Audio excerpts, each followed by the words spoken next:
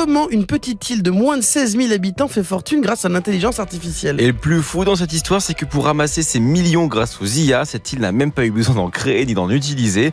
Elle a simplement utilisé son extension de nom de domaine. Je ne comprends pas. Une extension, excusez-moi, mais dès que j'entends ce mème de Booba, moi perso ça me fait rire. Une extension de nom de domaine, c'est ce qu'il y a derrière le point sur les adresses des sites internet, genre .fr, .net, .com par exemple. En fait, c'est une association à but non lucratif californienne appelée l'ICANN qui gère toutes les extensions de nom de domaine sur Internet.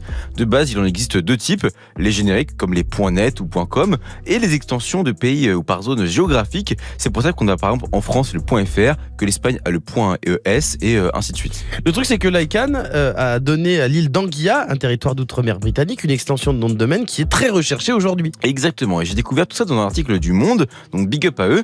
En gros, l'île Anguilla est à la base surtout connue pour être un paradis fiscal qui fait partie de la fameuse liste noire de l'Union européenne. Mais depuis peu, elle est aussi connue pour être le territoire qui possède l'extension de nom de domaine .ai. AI comme Anguilla, mais surtout comme Artificial Intelligence. Et si vous êtes un auditeur assidu de réseau, vous savez que les intelligences artificielles, c'est la grande mode en ce moment, tellement que partout à travers le monde, c'est la grande mode et qu'il y a des entreprises qui se mettent à faire des sites spécialement pour ça, qui créent beaucoup de choses sur Internet. Alors, peut-être pour être encore plus lié à la thématique et faire un peu de communication simple, quand tu crées ton site et que tu fais du coup dans ce business-là, tu lui prends un nom de domaine en .ai.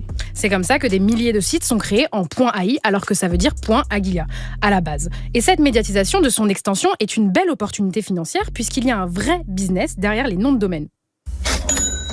Et oui, parce qu'un nom de domaine, ça se réserve auprès des gens qui gèrent les noms de domaine. Et il faut les payer pour un certain nombre d'années. D'ailleurs, les prix peuvent flamber très vite si tu réserves un mot très générique. Prenons le cas du .fr, par exemple. En possédant voiture.fr, tu peux rediriger vers le site que tu veux tous les Français qui mettent voiture.fr dans la barre de recherche. Donc, si tu es une marque de voiture, tu pourrais vouloir réserver le voiture.fr pour rediriger les gens vers ton site, genre celui de Citroën, par exemple. Il y a carrément même des entreprises qui sont spécialisées dans l'achat-revente de noms de domaine et qui vont faire exprès de réserver des noms très prisés pour les revendre plus cher. Il y a même eu des cas où des personnes ont fait exprès de réserver le nom d'une marque avant qu'elle ne le dépose pour ensuite aller lui demander en mode petite rançon, quoi. Bah oui, c'est un vrai business. Finalement, c'est grâce à cette mode et au business lié à son nom de domaine que l'île d'Anguilla a touché le jackpot. Absolument, parce que tout ce système-là génère de l'argent directement pour l'île. Selon Le Monde, son nom de domaine rapportait 7,4 millions de dollars par an à l'île Anguilla en 2021. En 2023, le chiffre se rapproche maintenant des 30 millions de dollars annuels, ce qui est énorme et ce qui représente surtout 10% du PIB de son pays.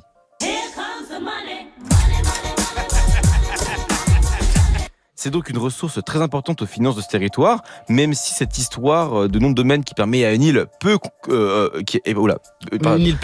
connue de faire du bien à son économie vous paraît folle, il faut savoir qu'elle est loin d'être la seule à profiter de ce système.